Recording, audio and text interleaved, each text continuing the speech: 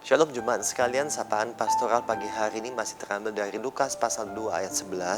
Hari ini telah lahir bagimu juru selamat, yaitu Kristus Tuhan di kota Daud.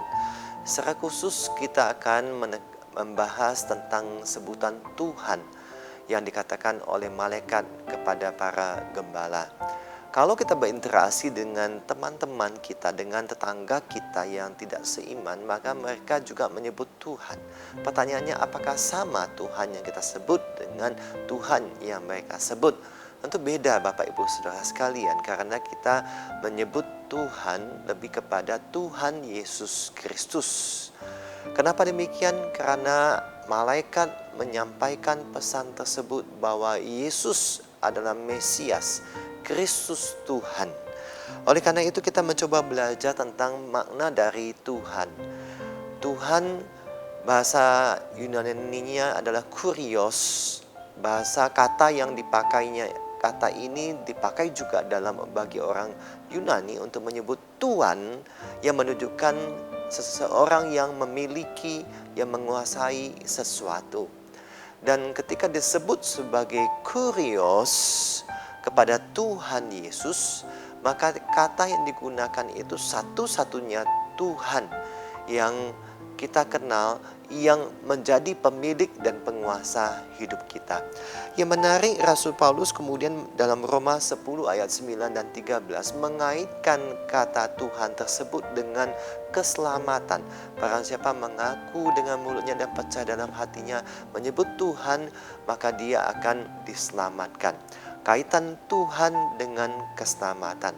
Ini bisa kita pahami bahwa Kristus Tuhan sebenarnya dua istilah yang saling berkaitan, yaitu Kristus Mesias yang menyelamatkan, Tuhan pemilik penguasa hidup manusia. Jadi ketika kita orang percaya, kita percaya kepada Kristus, kita diselamatkan, maka Tuhan tidak menginginkan kita kemudian menikmati menjalani hidup kita seolah-olah Tuhan tidak lagi terlibat di dalam hidup kita, atau seolah-olah Tuhan tidak lagi menilik, memperhatikan hidup kita. Bukan.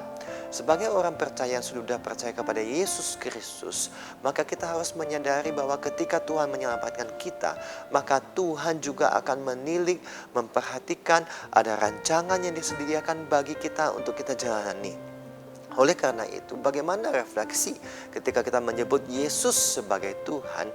Adakah dalam keputusan-keputusan penting di dalam hidup kita, kita mengikut sertakan Tuhan, atau kita meminta pimpinan dari Tuhan yang adalah pemilik penyelaman hidup kita?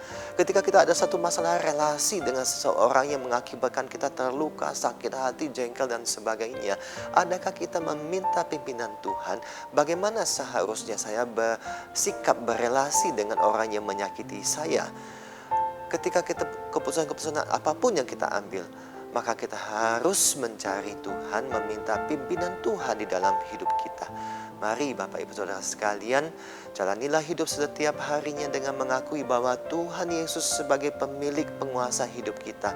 Dan kita harus terus terhubung dengan pemilik kita, meminta petunjuk bagaimana kita menghadapi segala tantangan dalam hidup ini. Itulah bagaimana kita menyebut dan menyikapi terhadap Yesus yang disebut adalah Tuhan. Tuhan Yesus memberkati kita semua. Amin.